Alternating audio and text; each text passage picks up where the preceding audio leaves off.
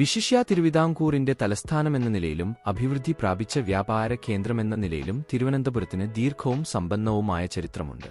പുരാതന ഗ്രീസുമായും റോമുമായും വ്യാപാര ബന്ധങ്ങളുള്ള ഓഫിർ എന്നറിയപ്പെടുന്ന ഒരു പുരാതന തുറമുഖമായിരുന്നു പൂവാർ അടുത്തുള്ളത് എന്ന് വിശ്വസിക്കപ്പെടുന്നു. ഭൂതകാലത്തിന്റെ അവശിഷ്ടങ്ങളാൽ നഗരം നിറഞ്ഞിരിക്കുന്നു. അതിൽ ഏറ്റവും പ്രധാനപ്പെട്ടത് ശ്രീപത്മനാഭസ്വാമി ക്ഷേത്രമാണ്. വാസ്തവത്തിൽ തിരുവിതാംകൂർ ഭരണാധികാരികൾ തിരുവനന്തപുരത്തെ അധിപനായ ദേവന്റെ പേരിലാണ് അവരുടെ രാജ്യം ഭരിച്ചത്. തിരുവിതാംകൂറിലെ മഹാരാജാക്കന്മാർ നഗരത്തിൽ തങ്ങളുടെ സ്വാധീനം ഉപേക്ഷിച്ചു. 20-ആം നൂറ്റാണ്ടിന്റെ തുടക്കത്തിൽ നിരവധി സ്മാരകങ്ങളിലും ക്ഷേത്രങ്ങളിലും കൊട്ടാരങ്ങളിലും നഗരത്തിന്റെ നവീകരണത്തിലും അത് ഇന്നും അനുഭവപ്പെടുന്നു. 1991 വരെ തിരുവനന്തപുരം എന്നറിയപ്പെട്ടിരുന്ന ഈ നഗരത്തിന്റെ യഥാർത്ഥ പേര് തിരുവനന്തപുരം എന്ന് പുനഃസ്ഥാപിക്കപ്പെട്ടു.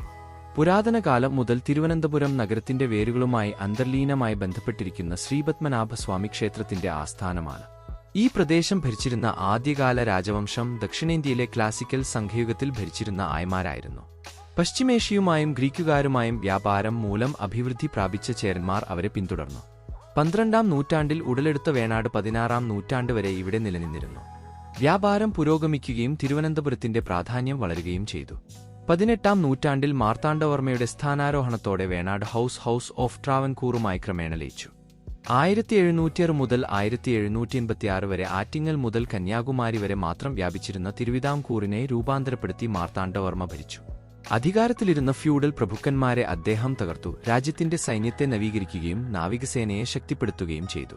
ഡച്ചുകാരെ പരാജയപ്പെടുത്തിയ 1741 കുളച്ചിൽ യുദ്ധം അദ്ദേഹത്തിന്റെ ഭരണത്തിലെ വഴിത്തിരിവായിരുന്നു. തുടർന്ന് അദ്ദേഹം തിരുവിതാംകൂറിന്റെ വടക്കൻ അതിർത്തികൾ വിപുലീകരിക്കുകയും കോഴിക്കോട് സാമൂതിരിയുടെ തെക്കോട്ടുള്ള ആക്രമണങ്ങൾ പിന്തിരിപ്പിക്കപ്പെടുകയും ചെയ്തു. മാർത്താണ്ഡവർമ്മ കൊച്ചി, കൊല്ലം, കായംകുളം എന്നിവയുമായും ഉടമ്പടികളിൽ ഒപ്പുവച്ചു. അദ്ദേഹത്തിന്റെ മരണസമയത്ത് തിരുവിതാംകൂറിന്റെ അതിർത്തികൾ ഇന്നത്തെ തെക്കൻ കേരളവും മധ്യകേരളത്തിന്റെ ഭൂരിഭാഗവും ഉൾക്കൊള്ളിച്ചു. അദ്ദേഹത്തിന്റെ പിൻഗാമിയായി കാർത്തിക തിരുനാൾ രാമവർമ്മ അധികാരമേറ്റു.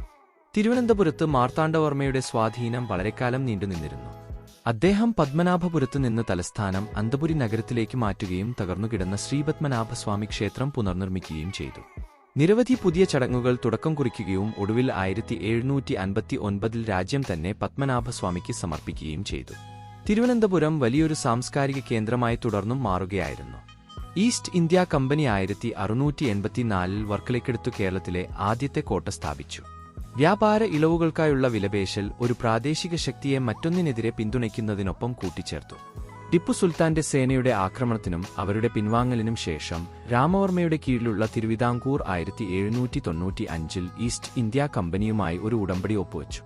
നഗരത്തിൽ ഒരു സൈനിക താവളം സ്ഥാപിച്ചു. അവർ സമയം പാഴാകാതെ കൊച്ചിയിലെയും തിരുവിതാംകൂറിലെയും പ്രധാനമന്ത്രിമാരുടെ കലാപത്തെ അടിച്ചമർത്തുകയും തിരുവിതാംകൂർ മഹാരാജാവിന്റെ അധികാരം പുനഃസ്ഥാപിക്കുകയും ചെയ്തു. രാജ്യത്തിന്റെ തദ്ദേശീയ സൈന്യം എല്ലാം പിരിച്ചുവിട്ടു. ആഭ്യന്തര കലാപത്തിൽ നിന്നും ബാഹ്യ ആക്രമണത്തിൽ നിന്നും തിരുവിതാംകൂറിനെ സംരക്ഷിക്കാൻ ഏറ്റെടുത്തത് ഈസ്റ്റ് ഇന്ത്യാ കമ്പനിയായിരുന്നു. ഡൽഹൌസി പ്രഭുവിന്റെ ആഭിമുഖ്യത്തിൽ തിരുവനന്തപുരത്ത് ധാരാളം പാഴ്ചെലവുകൾ വരുത്തിയിരുന്ന മഹാദാനം നിർത്തലാക്കി. 1834 തിരുവനന്തപുരത്ത് ആദ്യത്തെ ഇംഗ്ലീഷ് സ്കൂൾ ആരംഭിച്ചു. തുടർന്ന് ഒരു ആശുപത്രിയും നിരീക്ഷണാലയവും സ്ഥാപിക്കുകയും ചെയ്തു. സ്വാതി തിരുനാൾ രാമവർമ്മ, ഐലം തിരുനാൾ രാമവർമ്മ എന്നിവരുടെ ഭരണകാലത്താണ് തിരുവനന്തപുരം സംസ്കാരത്തിന്റെയും പഠനത്തിന്റെയും ഇരിപ്പിടം എന്ന നിലയിലും മാതൃകാ സംസ്ഥാനമെന്ന നിലയിലും അതിന്റെ ആധുനിക തലത്തിൽ എത്തിയത്. ഗവൺമെന്റ് പ്രസും പബ്ലിക് ലൈബ്രറിയും 1873 യൂണിവേഴ്സിറ്റി കോളേജും പിന്നീട് സംസ്കൃത college, Ayurveda college, law college എന്നിവയും സ്ഥാപിച്ചു. സ്വാതി തിരുനാൾ കലയുടെ രക്ഷാധികാരിയും സംഗീതജ്ഞനുമായിരുന്നു. അദ്ദേഹത്തിന്റെ പല രചനകളും ഇന്നും പ്രചാരത്തിലുണ്ട്. അദ്ദേഹം നിരവധി സ്കൂളുകൾ സ്ഥാപിക്കുകയും നിയമപരിഷ്കരണം ആരംഭിക്കുകയും ചെയ്തു. തിരുവനന്തപുരത്ത് ആധുനിക വൈദ്യശാസ്ത്രവും എഞ്ചിനീയറിംഗും കോളേജ് ആരംഭിച്ചു. നിരവധി ഭൂമി തർക്കങ്ങൾ പരിഹരിക്കപ്പെടുകയും രാജ്യത്തെ ആദ്യത്തെ സെൻസസ് നടത്തുകയും ചെയ്തു. അദ്ദേഹത്തിന്റെ നല്ല പ്രവർത്തനങ്ങൾ അദ്ദേഹത്തിന്റെ പിൻഗാമികൾ തുടർന്നു. അതിന്റെ ഫലമായി 1904 ഇന്ത്യയിലെ ആദ്യത്തെ തിരഞ്ഞെടുക്കപ്പെട്ട നിയമനിർമ്മാണ സഭയായ ശ്രീമൂലം അസംബ്ലി നിലവിൽ വന്നു. 1920 തിരുവനന്തപുരം മുനിസിപ്പാലിറ്റി സ്ഥാപിതമായി. ചിത്തിര തിരുനാൾ ബാലരാമവർമ്മയുടെ ഭരണത്തിൻ കീഴിൽ നഗരം ആധുനിക യുഗത്തിലേക്ക് ചുവടുവയ്ക്കാൻ തുടങ്ങി. കേരള സർവകലാശാല സ്ഥാപിക്കുന്നതിനും വ്യവസായവൽക്കരണം ആരംഭിക്കുന്നതിനും അദ്ദേഹം നടപടികൾ സ്വീകരിച്ചു. 1940 തിരുവനന്തപുരം മുനിസിപ്പാലിറ്റി കോർപ്പറേഷനായി. 1936 ക്ഷേത്രപ്രവേശന വിളംബരത്തോടെയാണ് സാമൂഹിക പരിഷ്കരണം ആരംഭിച്ചത്. അസ്പൃശ്യർ എന്ന് വിളിക്കപ്പെടുന്നവരെ ക്ഷേത്രങ്ങളിൽ പ്രവേശിപ്പിക്കാൻ അനുവദിച്ചു. തിരുവിതാംകൂർ ഇന്ത്യൻ യൂണിയനിൽ ചേരുന്നതിന്റെ മേൽനോട്ടവും അദ്ദേഹം നടത്തി. തിരുവിതാംകൂർ ഇന്ത്യൻ യൂണിയനിൽ ചേർന്നതിനു ശേഷം തിരുവിതാംകൂർ കൊച്ചി എന്ന രാജഭരണ രാജ്യവും കേരള സംസ്ഥാനത്തിന്റെ തലസ്ഥാനമായി തിരുവനന്തപുരം മാറി. 1956 സംസ്ഥാനങ്ങളുടെ പുനഃസംഘടനയിൽ വടക്കും തെക്കുമുള്ള പഴയ രാജ്യങ്ങളെ ഒന്നിപ്പിച്ച് കേരളം രൂപീകരിച്ചു. തിരുവനന്തപുരമാണ് പുതിയ സംസ്ഥാനത്തിന്റെ തലസ്ഥാനമായി തിരഞ്ഞെടുക്കപ്പെട്ട നഗരം. തുമ്പ ഇക്വറ്റോറിയൽ റോക്കറ്റ് ലോഞ്ചിംഗ് സ്റ്റേഷനും വിക്രം സാരാഭായ് ബഹിരാകാശ കേന്ദ്രവും കൂടാതെ നിരവധി സാംസ്കാരിക സ്ഥാപനങ്ങളും അടുത്തിടെ ടെക്നോപാർക്ക് സ്ഥാപിച്ചതും സാംസ്കാരികത്തിന്റെയും പഠനത്തിന്റെയും നഗരമെന്ന നിലയിൽ നഗരത്തിന്റെ പ്രാധാന്യത്തെ വീണ്ടും ഉറപ്പിക്കുന്നു. 1999 നിർമ്മിച്ച പുതിയ നിയമസഭാ മന്ദിരം നഗരത്തിലെ പ്രധാന അടയാളങ്ങളിലൊന്നാണ്.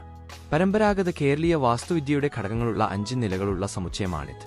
കൂടാതെ കേരളത്തിലെ ആദ്യത്തെ അന്താരാഷ്ട്ര വിമാനത്താവളവും സൗത്ത് സെൻട്രൽ റെയിൽവേ സ്റ്റേഷനും പുതുതായി നിർമ്മിച്ച സെൻട്രൽ ബസ് ടെർമിനലും ഇന്ത്യയിലെ ആദ്യത്തെ deep water mega container transshipment തുറമുഖം നമ്മുടെ ഈ തിരുവനന്തപുരത്തെ മാത്രമല്ല കേരളത്തെ തന്നെ മാറ്റുകൂട്ടുകയാണ്.